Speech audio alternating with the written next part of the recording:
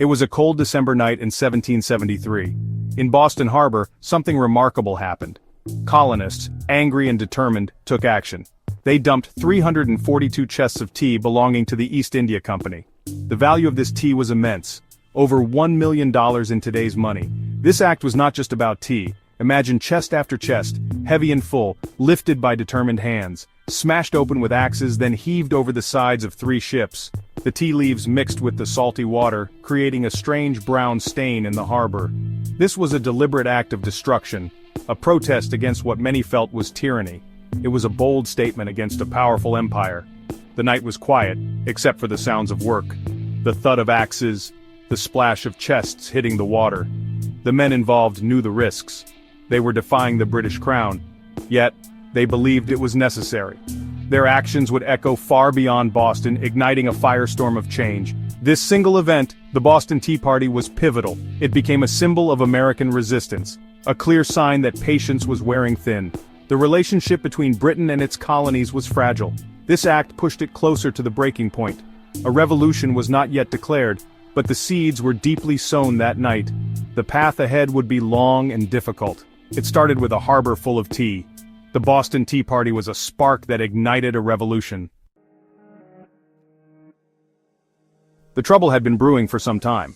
Parliament passed the Tea Act in 1773. It aimed to help the East India Company. The company had a surplus of tea. The Tea Act allowed direct sales to the colonies.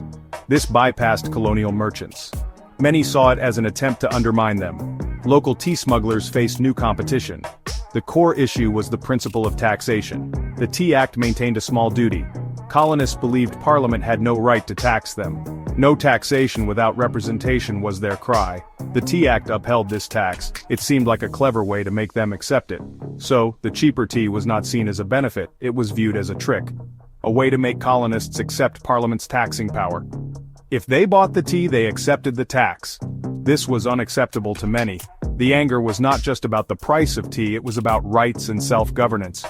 The Tea Act, meant to solve a problem in London, created a much larger one across the Atlantic.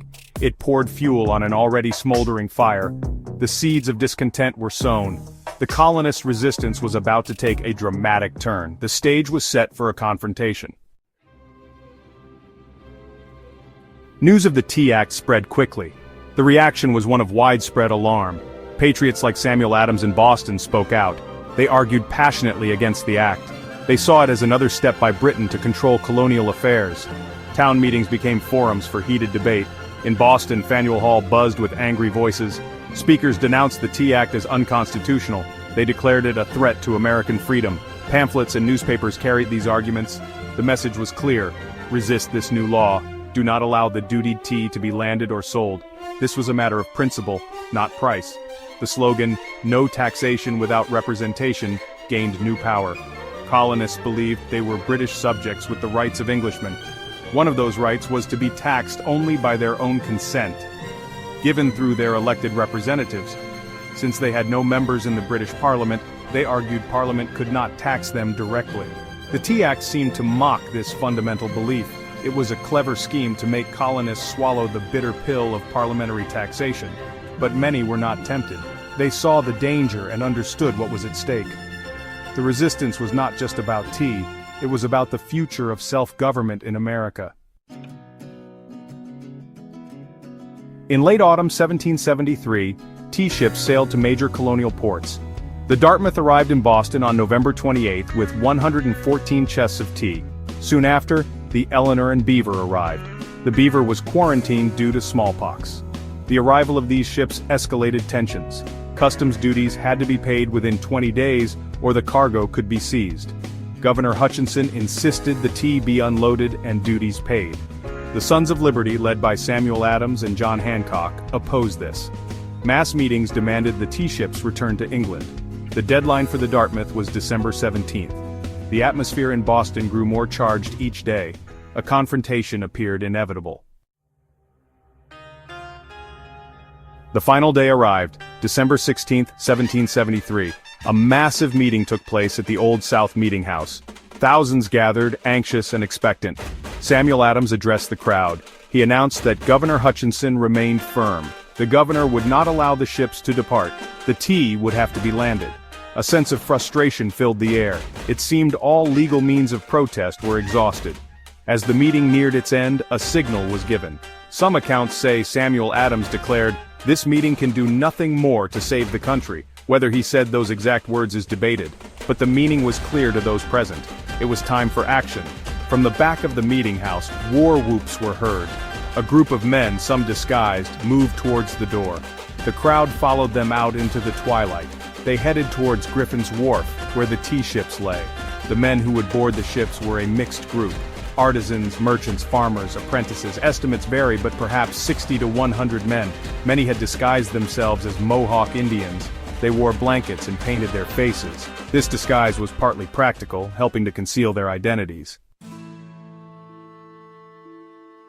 The disguised men moved with purpose. They marched in orderly fashion to Griffin's Wharf. The crowd followed, watching in near silence. The night was cold and clear. A moon provided some light. The men divided into 3 groups, one for each tea ship, the Dartmouth, the Eleanor, and the Beaver. They boarded the vessels quietly. The crews offered no resistance. Some sailors even helped hoist the heavy tea chests. The work began almost immediately. The men were armed with axes and hatchets. They broke open the chests of tea. There were 2 main types of tea, bohea, a common black tea, and finer green teas. Each chest weighed several hundred pounds. It was hard physical labor, hoisting the chests from the hold, smashing them open on the deck, then throwing the contents into the harbor waters. The air filled with the scent of dry tea leaves. Despite the destructive nature of their task, the participants showed remarkable discipline. They were careful not to damage the ships themselves. Other than the tea, no cargo was touched. For about 3 hours the work continued. Chest after chest was emptied into the sea. By 9 o'clock that evening, it was over. The morning after, Boston awoke to a strange sight. The harbor waters were stained brown with tea, piles of tea leaves washed up on the shores. The air still carried a faint aroma. News of the night's events spread like wildfire. Throughout Boston and soon, throughout the colonies. Reactions were mixed even among patriots. Some, like John Adams, praised the act. He saw it as bold and necessary, a moment of true defiance. Others were more cautious. Benjamin Franklin, then in London, thought it was wrong. He believed the East India Company should be compensated. He worried it would provoke harsh retaliation. But for many, the symbolism was powerful. The Boston Tea Party, as it came to be known, was a clear message to Great Britain. It said that colonists would not be forced. They would not passively accept unjust laws. The disguise of Mohawk Indians added another layer. It distanced the protesters from British identity. It suggested an emerging American spirit, one that was independent and even a bit wild. The act showed that some colonists were willing to take significant risks for their principles. They had moved beyond petitions and speeches. They had engaged in direct physical action. News of the Boston Tea Party reached London in January 1774. The reaction in Parliament was one of outrage. King George III and his ministers were furious. They saw the event as a direct assault on British authority, an act of rebellion that could not go unpunished. There was little sympathy for the colonists' grievances. Instead, there was a strong desire to make an example of Massachusetts, and Boston in particular. The aim was to bring the rebellious colony to heel, and to deter other colonies from similar actions. Parliament moved swiftly to pass a series of laws. These laws were known in Britain as the Coercive Acts. In America, they were called the Intolerable Acts. The first was the Boston Port Act. It closed the port of Boston to all trade. Effective June 1, 1774, the port would remain closed until the tea was paid for, and until the king was satisfied that order was restored. This was a devastating blow to Boston's economy. Other acts followed. The Massachusetts Government Act altered the colony's charter. It greatly increased the power of the royal governor. It restricted town meetings, a center of resistance. Many local officials would now be appointed, not elected. The Administration of Justice Act allowed royal officials to be sent to England or another colony for trial. Colonists called it the Murder Act. The Intolerable Acts did not crush the spirit of resistance, nor did they isolate Massachusetts. Instead, they had the opposite effect. The other colonies watched with alarm. They saw the punishment of Boston as a threat to all. If Parliament could do this to Massachusetts, it could do it to any of them. Their own charters and liberties seemed vulnerable. A sense of common danger began to spread. Calls for intercolonial cooperation grew louder. Food and supplies poured into Boston from other colonies. Virginia's House of Burgesses called for a day of fasting and prayer in solidarity with Massachusetts. Committees of correspondence, established earlier, worked overtime. They shared news and coordinated responses. The idea of a General Congress of all the colonies gained support, a meeting to discuss their grievances and plan a unified strategy of resistance.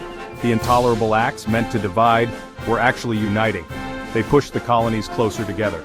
In response to these developments, the call went out. A Continental Congress would convene in Philadelphia. This was a momentous step. Delegates were chosen by their respective colonies. 56 men from 12 colonies eventually gathered. Georgia was the only colony not to send delegates initially. They met at Carpenter's Hall in September 1774. This was the first Continental Congress.